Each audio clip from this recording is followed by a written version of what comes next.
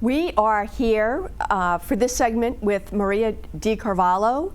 This session is very fascinating and very important for Rebels because it's really about how do we get the problem right. So welcome, Maria.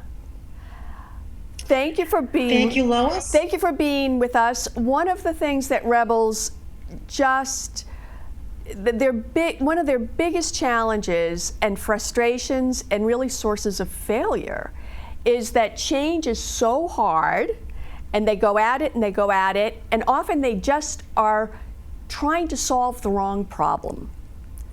So I would love to hear from you about why change is so hard.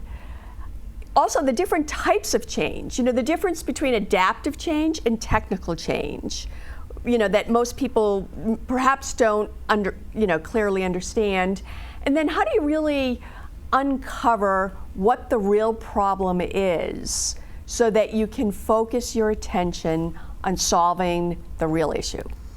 Thank you, Lois and Carmen, so much for having me. And today, the work that we're going to be doing comes from the work of Robert Keegan and Lisa Leahy, who are developmental psychologists at the Harvard Graduate School of Education. They've developed an approach to managing very complex change in organizations and in individuals called the immunity to change. I'll show you a copy of their book at the end of our presentation. We're going to talk about exactly those things, Lois. We're going to talk about why it's so hard for your organization to change.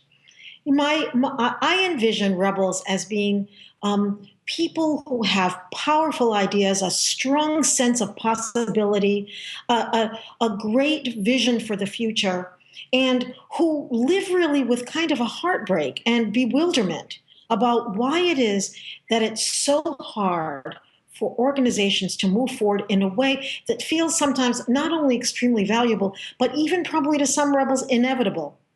So let's talk about why change is so hard. Let's talk about the different kinds of change. And then what we're going to do is to talk about how you can uncover your organization. And by organization here, I mean either your team or your large company.